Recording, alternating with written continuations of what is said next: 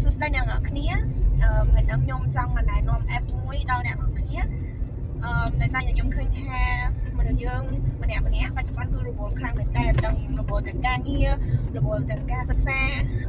អ្នកខ្លះគាត់រវល់ខ្លាំងមែនតើជាមួយនឹង social media របស់គាត់ព្រោះមានទាំង TikTok មានទាំង YouTube មានទាំង Facebook អីចឹងទៅ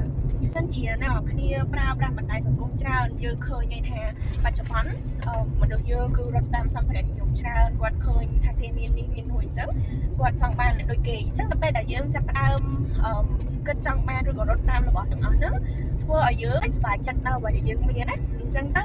ធ្វើឲ្យយើងចាប់ផ្ដើមអត់សប្បាយចិត្តជាមួយនឹងខ្លួនឯងអត់ពេញចិត្តជាមួយនឹងអ្វីដែលយើងមានហើយអាចបណ្ដាលឲ្យយើងមានការធ្លាក់ទឹកចិត្តឬក៏ចាប់ផ្ដើមប្រៀបធៀបខ្លួនឯងជាមួយនឹងអ្នកដទៃអញ្ចឹងនៅពេលដែលយើងចាប់ផ្ដើមប្រៀបធៀបខ្លួនឯងបែបហ្នឹងធ្វើឲ្យយើងមានគំនិតអវិជ្ជមានចំពោះខ្លួនឯងកាន់តែច្រើនចំពោះខ្ញុំអ្វីដែលខ្ញុំបានទទួលពីការសរសេរក្នុង app ហ្នឹងគឺអនុញ្ញាតឲ្យខ្ញុំឈប់ប្រៀបធៀបខ្លួនឯងជាមួយនឹងអ្នកដទៃជាងមុនហើយខ្ញុំពេញចិត្តនៅអ្វីដែលខ្ញុំមានខ្ញុំអាចរីករាយជាមួយនឹងអ្វីដែលខ្ញុំកំពុងតែធ្វើនឹង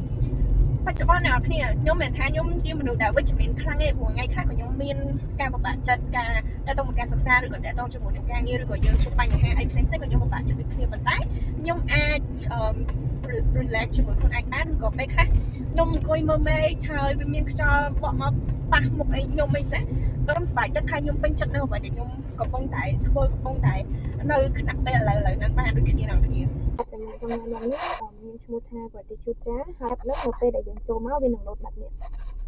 វានឹងលោតបាត់ហ្នឹង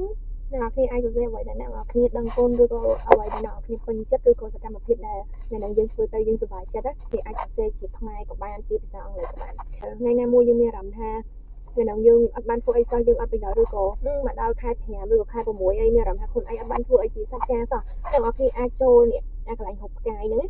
ចូលទៅវានឹងឃើញផ្កាយដែលយើងបានសរសេរហើយថាយើងបានសរសេរអីខ្លះហើយអ្នកនរគ្នាអាចបើកមើលវាវិញបានថាកំឡុងពេលតាំងពីដើមឆ្នាំឬក៏ខែណាយើងបានធ្វើអីខ្លះអញ្ចឹងទៅអាហ្នឹងវាប្រៀបដូចជាការរំលឹកដាស់តឿនមួយថាអូខេប្រហែលខែហ្នឹងគឺយើងបានធ្វើអីដែលមានសច្ចការដែលវាមានប្រយោជន៍សម្រាប់យើងដែរហើយអ្នកនរគ្នាគាត់តាំងទៅវិញវានឹងលោតសារមកឲ្យយើងអញ្ចឹងនេះដូចថ្ងៃទី27ខែ4 2026ខ្ញុំបានសរសេរថាខ្ញុំដឹងគុណខ្លួនឯងដោយសារខ្ញុំដឹងពីខ្ញុំបានលៀងចានអញ្ចឹងសកម្មភាពទាំងអស់ហ្នឹងគឺយើងអាចសរសេរលើកទឹកចិត្តខ្លួនឯងដឹងគុណចំពោះខ្លួនឯងដែលយើងបានធ្វើសកម្មភាពទាំងអស់ហ្នឹងអញ្ចឹងជួយឲ្យយើងអាចគិតវិជ្ជមានបានជាងមុនពេញចិត្តនៅអ្វីដែលយើងបានធ្វើច្រើនជាងមុនហើយអត់ទៅប្រៀបធៀបខ្លួនឯងជាមួយនឹងអ្នកដទៃឯណាទៀតហើយខ្ញុំសាកឲ្យពី3សារទៀតទៅនេះថ្ងៃ2ខែ3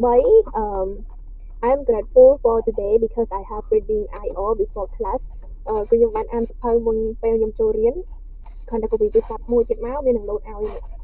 នៅថ្ងៃ2ខែ3ឆ្នាំ2026ខ្ញុំបានដឹងគុណនៅថ្ងៃ2ហ្នឹងដោយសារតែខ្ញុំបានសរសេរអក្សរជាភាសាចិនអញ្ចឹងទៅអញ្ចឹងអាហ្នឹងគឺជាការដឹងគុណមួយចំពោះខ្លួនឯងអ្នកគ្នាដោយសារតែ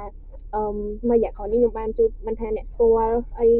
ដែលមកជួបខ្ញុំពីច្រើនគឺគាត់ភ្លេចរីករាយឬក៏ភ្លេចពេញចិត្តនឹងអ្វីដែលខ្លួនឯងមានហើយគាត់ចាប់ផ្ដើមគិតឲ្យវិជ្ជមានច្រើនអញ្ចឹងខ្ញុំគិតថាវីដេអូនេះជាវីដេអូមួយដែលអាចជួយអ្នកនរគ្នាបានអ្នកនរគ្នាចង់ដឹងថាលទ្ធផលមិនអាចសាកប្រើបានអ្នកនរគ្នា